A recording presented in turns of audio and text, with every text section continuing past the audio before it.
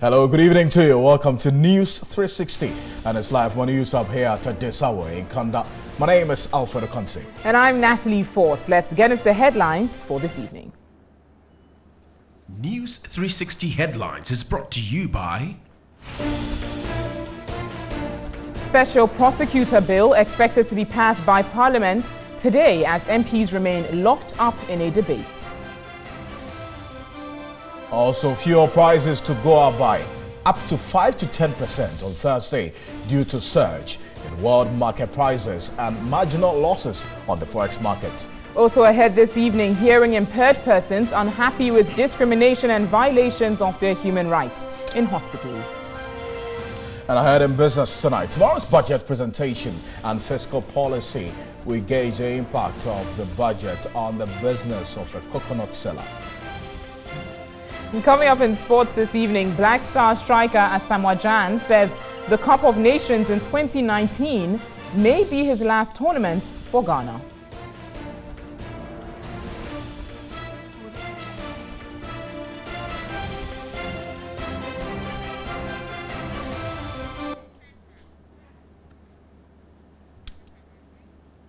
Bringing these stories and more here on News 360. Feel free to join us with your thoughts, your views, your comments and your opinions. So our first story this evening, consumers and vehicle owners should brace up for a 5 to 10% increase in fuel prices at the pumps. The increase is expected to take effect on Thursday, November 16th. The increase has been attributed to upsurge in world market prices and marginal losses on the forex market. Depending on an OMC, that's an oil marketing company, pump prices for petrol will likely increase to 4 cedis 66 pesos per litre from the current 4 cedis 32 pesos. Diesel will also increase to 4 cedis 68 pesos from the current 4 cedis 23 pesos. Pump prices for both products could be expected to rise by between 3 to 11% depending on the oil marketing company.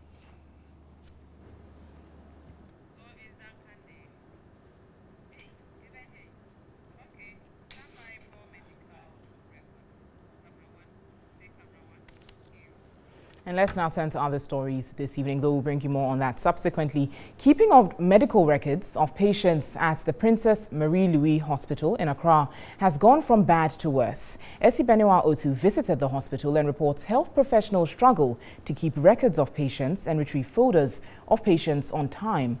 The hospital is appealing for support to move from manual to a computerized system. The Princess Marie-Louise Hospital, popularly called Children's Hospital, attends to over 200 patients daily. With these huge numbers, it's important for such a facility to have a proper computerized medical records department. This would make retrieval of folders easily and improve healthcare. But that is not the situation here at the Children's Hospital. The medical records library room now has all its shelves full. Folders are arranged on tables and on floors, making the place congested. I've been here for 2 minutes now and I am sweating all over. The place is hot, it's stuffy. And this is one of the records department here at the Children's Hospital here in Accra.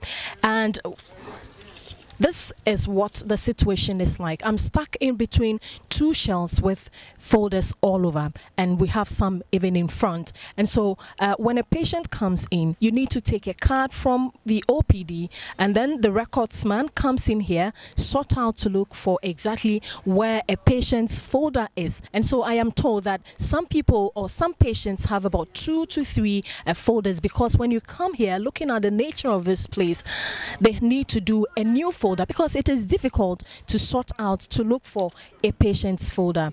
Mohammed Ismaila is a biostat assistant and says retrieving a folder is the most challenging task he has to go through daily. Since the system is not being computerized, sometimes when you bring the card for retrieving of the folder, you see the distance from the records, our office there to this place. We have to retrieve the folder to send it to where the the patient is. We see how it's been arranged. Sometimes you have to be roaming and just to find where that particular folder is to retrieve it.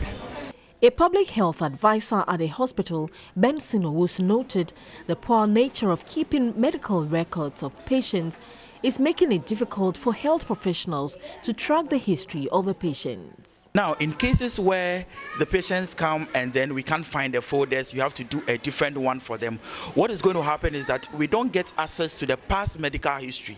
That means that the doctor must start all over again, and sometimes the doctor doesn't really get to know what has already been done for the patient. Health Information Officer Kester Opon expressed worry that with the advancement of technology, the hospital still relied on the manual way of medical record keeping, adding that the computerization of the records department was key.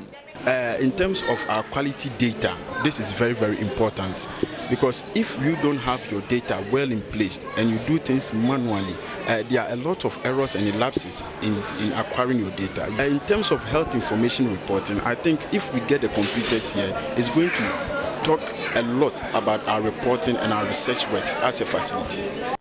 Acting medical head of Princess Mary Louis Hospital, Dr. Isaac Aban, appealed for computers. The Children's Hospital serves a large number of children in the country, and a proper system of keeping the medical history of patients must be given the needed attention. Let's get away from the health sector now, as coconut selling is a trade most Kenyan youth are familiar with. The commodity in recent times has become one of the fastest growing trades, as many have cashed in and made it a full-time business venture. As we continue to build up to the budget presentation, Alfred Okansi has been interacting with a coconut seller to find out how the changes in the economy has impacted on his business. All right, so in the build-up to the budget presentation by the Finance Minister, the Honorable Kenneth Foriata, we're getting onto the streets and finding out exactly how, within the 11-month period of the implementation of this particular 2017 budget, how it has impacted on foodstuff especially, and also how people like him have been experienced, been affected by the changes in the economy over the period of analysis. And we're going to speak Chi just for the sake of convenience. Okay, Bakuse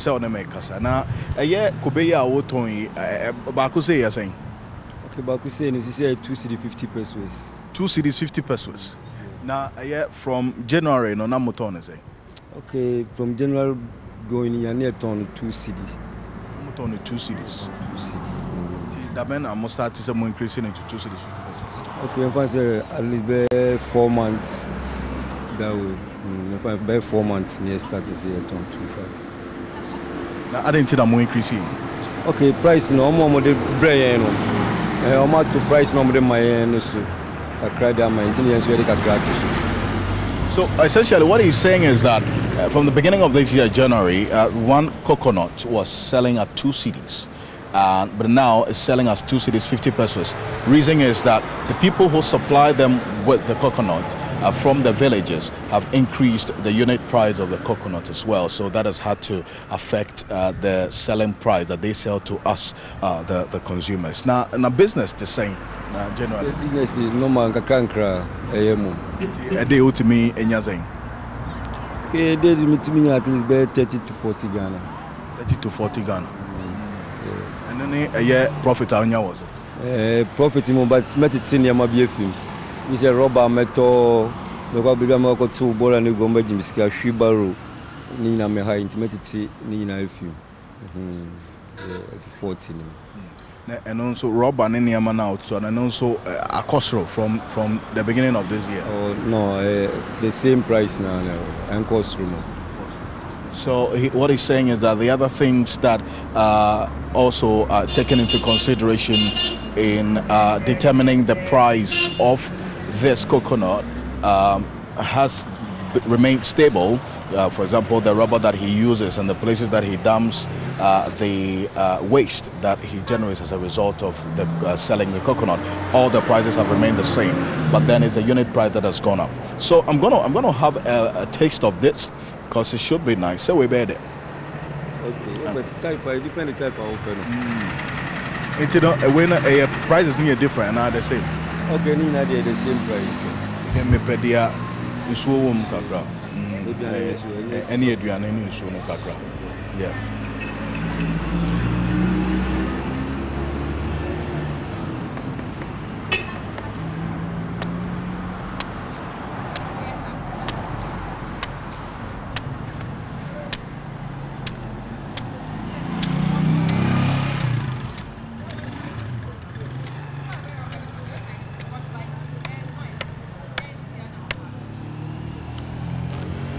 So it's giving me one coconut, and obviously I'm going to have to pay 2 cedis 50 pesos for this one. I taste it to see if it's worth it.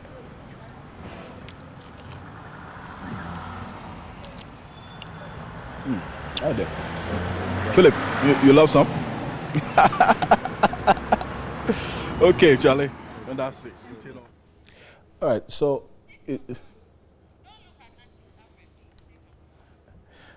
right, so beyond the price, it tastes nice. That's what you should know. But that's what the state of the economy for that coconut seller is. And we are actually trying to liberate the analysis of the budget to make meaning to the ordinary Ghanaian on the streets. Much of the time, they feel very distinct when the budget is read, and we're trying to make it be meaningful to them. Professor Justice Barley is joining me on via Skype now. He's actually in Michigan, in the United States of America, where he is a guest lecturer there in one of the universities in the Michigan state in the United States of America. Prof, I thank you very much for your time. Good evening to you, if you can hear me. Now, from your analysis, how has the economy responded to the policies of government over the past 11 months? I am very sorry, forgive me, but I just finished my lecture, so I'm still in the lecture room. I'm sorry, I might have problems with the, because I don't have my earpiece with me, but I'm forced to connect with you because I made a promise. I think that as a public policy person, I would rather speak on issues of how policy has been managed largely, and of course, especially programs that relate specifically to the larger public policy space. And I want to talk about what the previous budget gave us, a lot of promises that the president had made prior to winning power, and how the president had responded to them in terms of how they showed that in their budget. There were a number of things that they had promised. They promised free education, free SHS. There were issues about restoring trainee allowances and stuff like that. There were issues about stabilizing the economy and a lot of those things. And in terms of how the previous budget had done these, I think that it's been largely successful. Free SHS has taken off. We know that there are significant challenges. We appreciate that these challenges would have to be dealt with as fast as we can. And so if you ask me about what we should be looking up to, you should be asking the question about whether or not we will see more investment in that area to be able to respond to the issues. There okay. Yeah, sorry, I think you want to ask. No, you know, just conclude on that point. Yes, so there are a few other measures that the government had actually said they were going to do that they have actually gone ahead.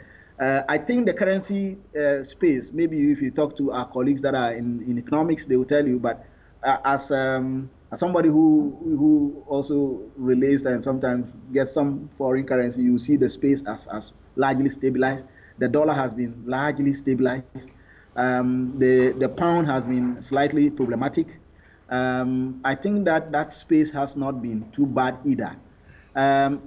Do we or could we expect, or should we have been getting more? Why not? Maybe we should be getting more. I have said that it's for governments to give us a lot of the things that we want. So if we can get more, why not? We should get more. Okay. But otherwise, I think in terms of what the government outlined, they have done quite well in this year, and I think the economy has responded in that regard. One thing, though, is about jobs, and that I know it's going to take time to get accomplished, but there are a lot of people who are waiting on the touchline. The young people that are leaving school are waiting on the touchline. We still want to see a few things coming up. But of course, I understand the government's policy of using the private sector. Absolutely. And the fact that they use the private sector to drive that job creation. Okay, very finally, before I let you go, now that the focus is on revenue mobilization, but when you look at our structure, there's a lot of leakages in the whole revenue chain. In your view, what would you expect government to do to ensure that we plug the leakages while we mobilize revenue as well internally? Well, I think that this president has also been very loud as far as his campaign was concerned, that they were going to be very tough on people who waste public resources. And the initiative to have the special prosecutor is one of those that I think would help us to be able to deal with the issue about leakages. But the political capital that usually politicians get by allowing leakages is something that we have to all deal with, because usually they are going to be the beneficiaries of the leakages, and so they will not be excited about blocking the holes there. But I think that if we can get the president to stay to his campaign promise, I'm yet to see action though on these. We are told that there are several prosecutions that are going to come up. We haven't seen it yet. And so hopefully if they can do that. But of course, in the larger scheme of things, I think we should look beyond just the political space and look beyond the public administration space and look out for all of us, for example, who have to pay taxes and we are not paying them, the property rates and all of that the state has to collect that they are not collecting. And so all of these are the places that I think government can still mop up resources. But of course, one thing maybe that I should mention is the computerization and the paperless systems that are introduced that are perhaps giving us a lot more stability in the area of revenue generation. Absolutely. Prof, thank you very much for your time this evening. I'm always grateful. Professor Justice Bale is with the University of Ghana Business School, as a matter of fact, the head of the Public Administration's Department of the University of Ghana Business School, but he's currently in Grand Valley State University in Grand Rapids in Michigan State in the United States of America, where he'll be delivering some guest lectures there. NEWS360 Skype interview is brought to you by MTN, everywhere you go.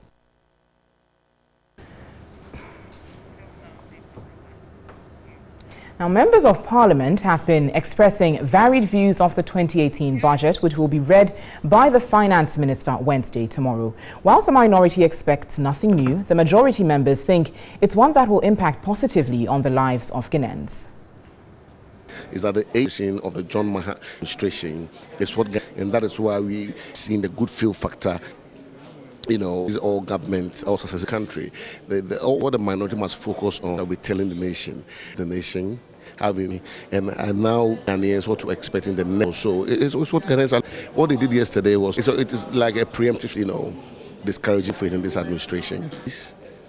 Overall for the presidency and confidence in us. Deliver. And tomorrow you start this.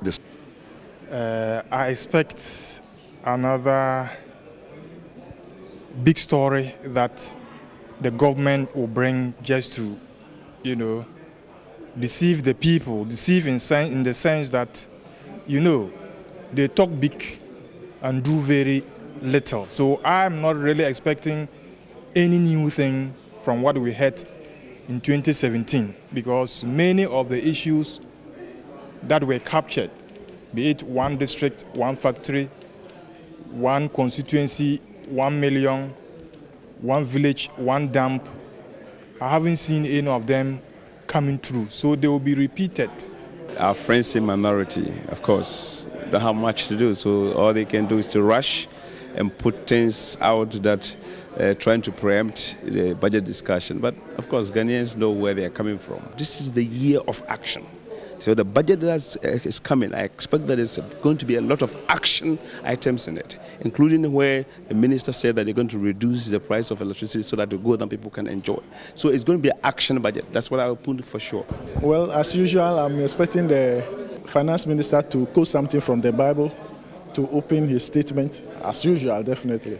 And most importantly, I'm expecting the finance minister to touch on the security nature of the country, and also talk about how the government is going to create jobs for the people, the teeming youth of Ghana, and also talk about how they are going to fight corruption in the system, because as we speak now, there's so many corruption in the system. Goods and services are procured through single source procurement without boss approval, etc. Now, President Akufo-Addo has challenged the traditional leaders of Teshi in the Greater Accra region to settle their long chieftaincy disputes in order to benefit from the national cake. The president said Greater Accra region can only obtain constant rapid development when there is total peace in the region. He was speaking at the Dadekotopon municipality to climax his 3-day tour in Accra. Since the last chief of Teshi, Ni Ashite Akonfran, passed on in 1985, community has been without a Mankralu and a chief. This has led to numerous chieftaincy disputes in the community. As a result, lives have been lost with property destroyed. Addressing a Deber of chiefs and people of La, Teshi and Nungwa, President Nana Akufo-Addo appealed to the traditional leaders to foster unity and end the protracted chieftaincy disputes in the Greater Accra region to pave way for development. The president said government is committed to provide development to the people of Teshi, urging them to be united.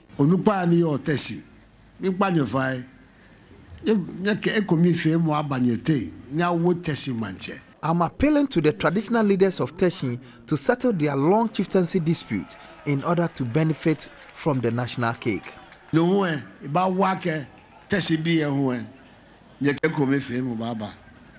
The paramount chief of Nungwa, His Royal Highness Ni Odaifio Wonenti III, appealed to the president to aid Nungwa attain the status of a municipality.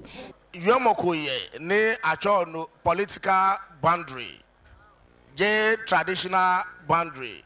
Mr. President, please investigate the administrative boundary between Lejekuku and Krowo to enable development in the area.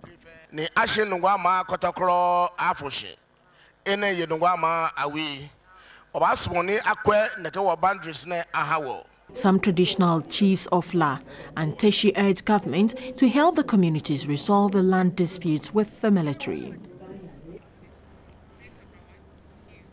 In other news, the fourth prosecution witness in the trial involving the murder of former Upper East Regional Chairman of the New Patriotic Party, Adams Mahama, has mounted a strong defense for his earlier comments that Gregory Afoko was responsible for Adam Mahama's death. Taufik Murtala, during cross-examination on Tuesday, alleged the deceased, while on his bed at the hospital, told him before his demise.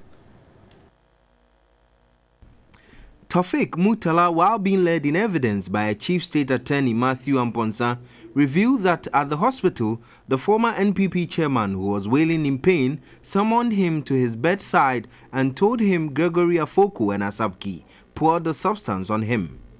During cross-examination on Tuesday, Defense Counsel Osafu Boabin disputed the claim and put it to Taufik Murtala that the deceased did not speak to him on his hospital bed.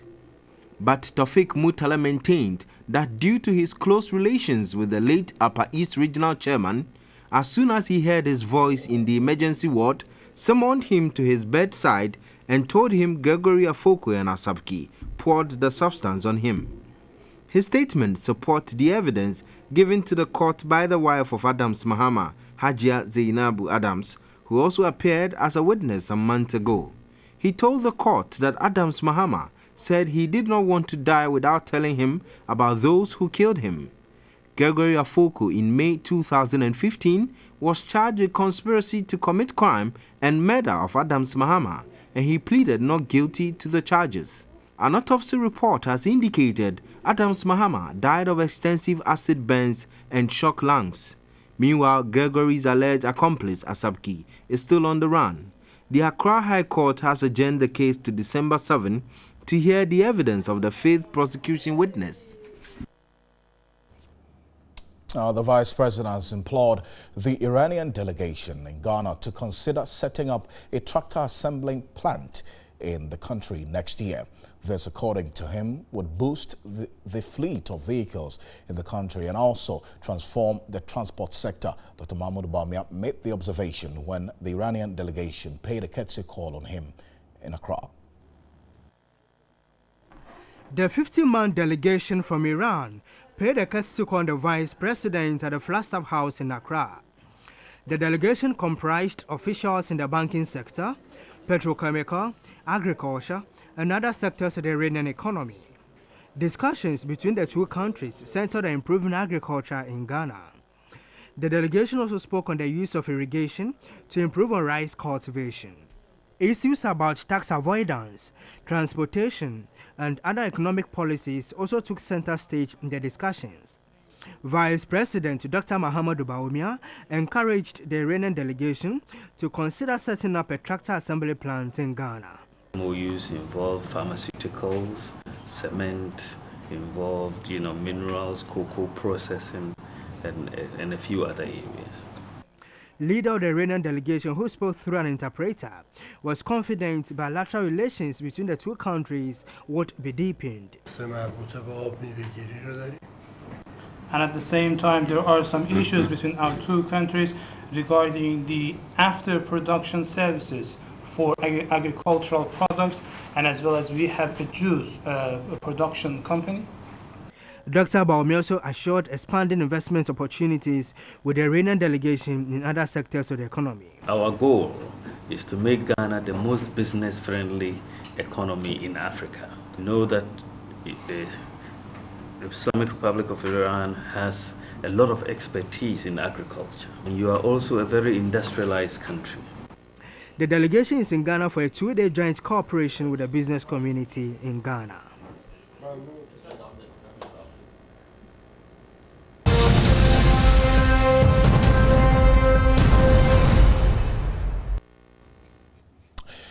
Well, so just you have it, the breaking news coming through. The special prosecutor bill has been passed in Parliament now, and I want to get some details on that. And Evelyn Tengma is a parliamentary correspondent. She's been staying through Parliament throughout the period. Evelyn, good evening to you. Thank you for joining us this evening. What can you tell us on this latest breaking news coming through about the passage of the special prosecutor bill? Yes, exactly, Alfred. The Parliament has just passed the special prosecutor bill, and you know that this particular bill has always been of interest to so many Ghanaians, especially the executives. And so, members of Parliament, the whole of today has been deliberating on it, and even 2 weeks back and forth, they have started the consideration stage. And the whole of today, that is what members of Parliament have been doing. And a couple of minutes ago, the House passed the bill. Alfred. So what next from this point, now that it's been passed into law? Yes, so the president will have to assent to it, and after that, then it would formally be done, and then the president is supposed to appoint the special prosecutor. And so we are told that the bill is supposed to establish the special prosecutor as a specialist agency to investigate specific cases of corruption involving public officers and politically exposed persons in the performance of their functions, as well as individuals in the private sector who, in one way or the other, have been implicated in the commission of corruption cases. And so the president, we are told, that is supposed to appoint the special prosecutor, Alfred. Fantastic. So I'm sure we're waiting for the president. From here, the president will have to assent to it, and then it becomes a law. Absolutely.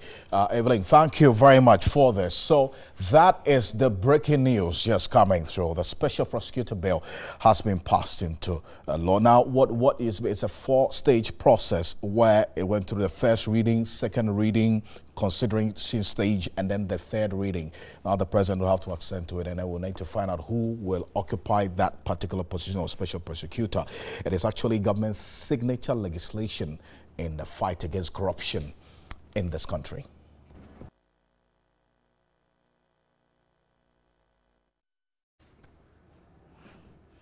All right, so we've already set the tone for the 2018 budget now. Good evening to you, and thanks for staying with us on the business segments. This is still News 360. My name is Nanekia Mensah-Brampa. Starting with tonight, United States Ambassador to Ghana, Robert Porter Jackson, has charged government to introduce policies that will strengthen its policies to foster growth and development in the country. Speaking to TV3 Business ahead of the budget presentation, Ambassador Robert Jackson said although the economy has attained some stability, it still remains relatively fragile. I haven't seen the budget. I don't know any more than has been in the media. What I will say is that the government's challenge is to meet its revenue targets, and tax collection and bringing more people into the formal economy are critical to that. So I will be looking at how government is going to raise internal resources, and I believe that that will determine the success or failure of this budget.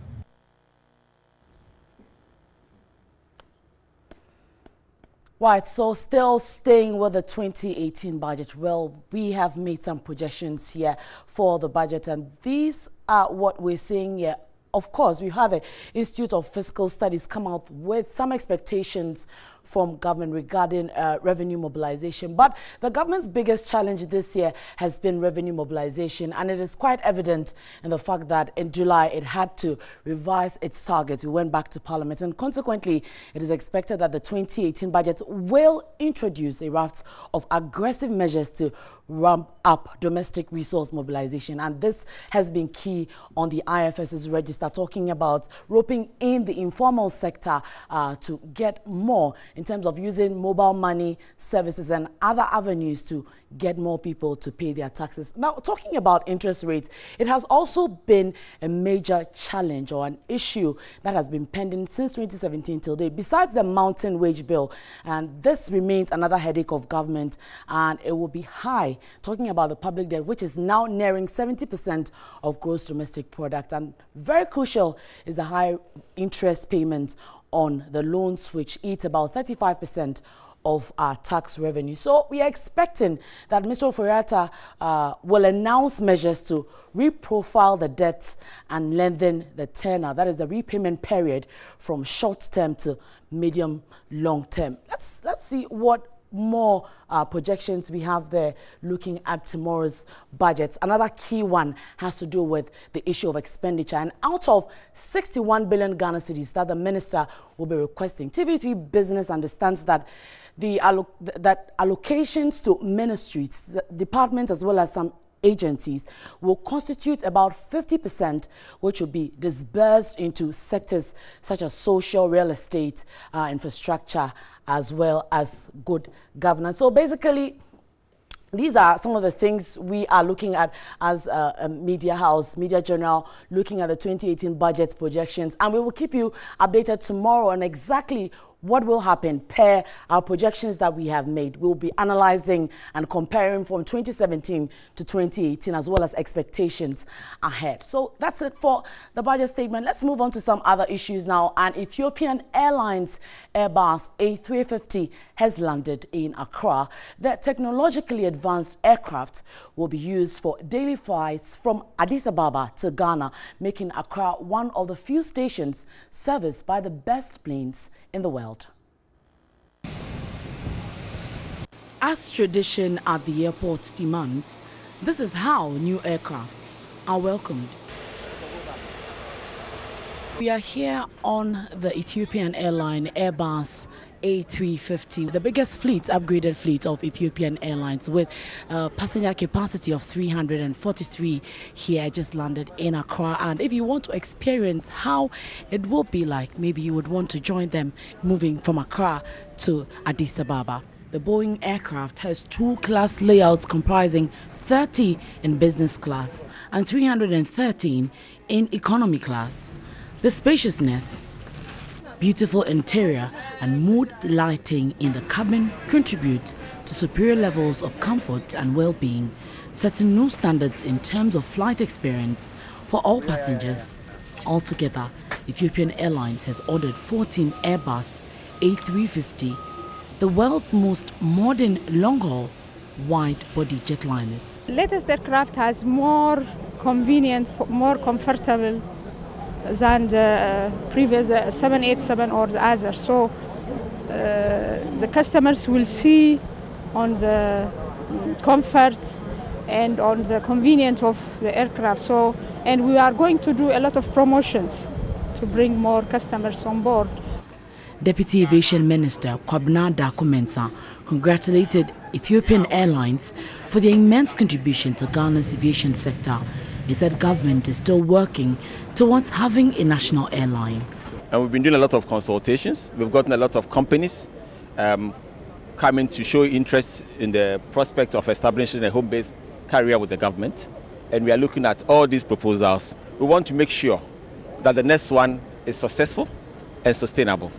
With the latest technology, the Airbus A350 translates into unrivaled levels of operational efficiency with a 25% reduction in fuel burn and emissions, in addition to significantly lower maintenance costs. The Airbus A350 aircraft opens a new chapter for the East African carrier, which also becomes the first African operator. You should experience the business class of Airbus A350. Well, that will do for the business segment tonight. My name is Nanekia Mensah. There's more on News 360. Good evening.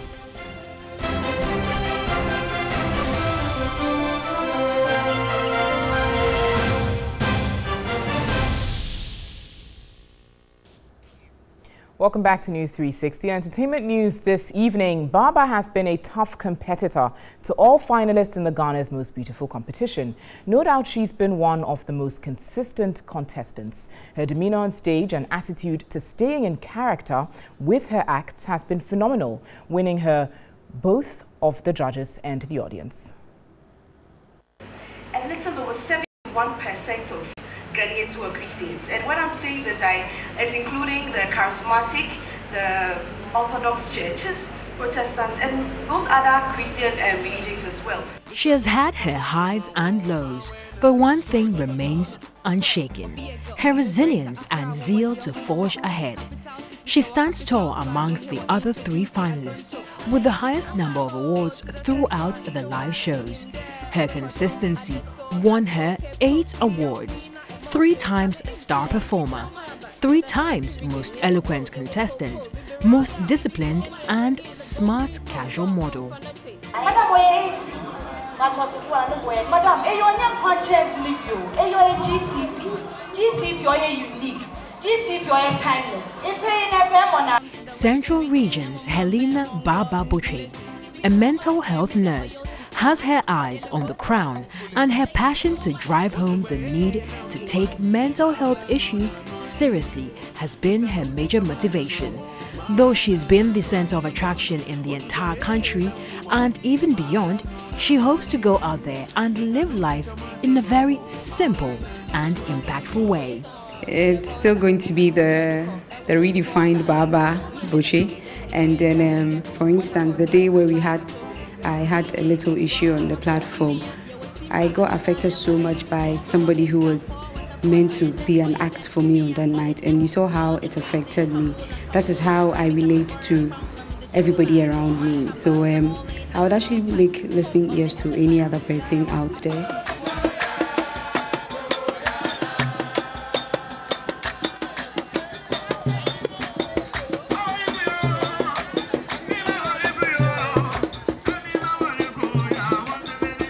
Baba is not a typical social media addict, but with the platform given, she understands the need to get more interactive with followers. She's not perturbed about social media critics, as she has her eyes set on her mandate, which is to serve society. Worldwide, child sexual abuse is one of the most common forms of violence. And indeed, in Ghana now, it is an issue of concern. I am therefore calling on the concerted efforts of stakeholders to fight this menace. She, however, wants the other finalists to be optimistic about what the future holds for them, regardless of the outcome at the grand finale come November 19. It was a very good fight. Through all the struggles, they were there and we made it to the top.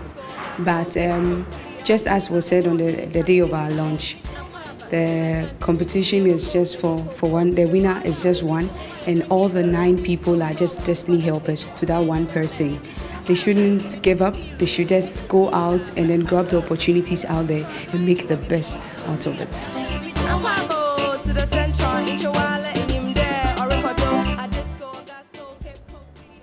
Well, we wish each of them the very best. You're still live here on News 360. We've got more news for you shortly. Stay with us.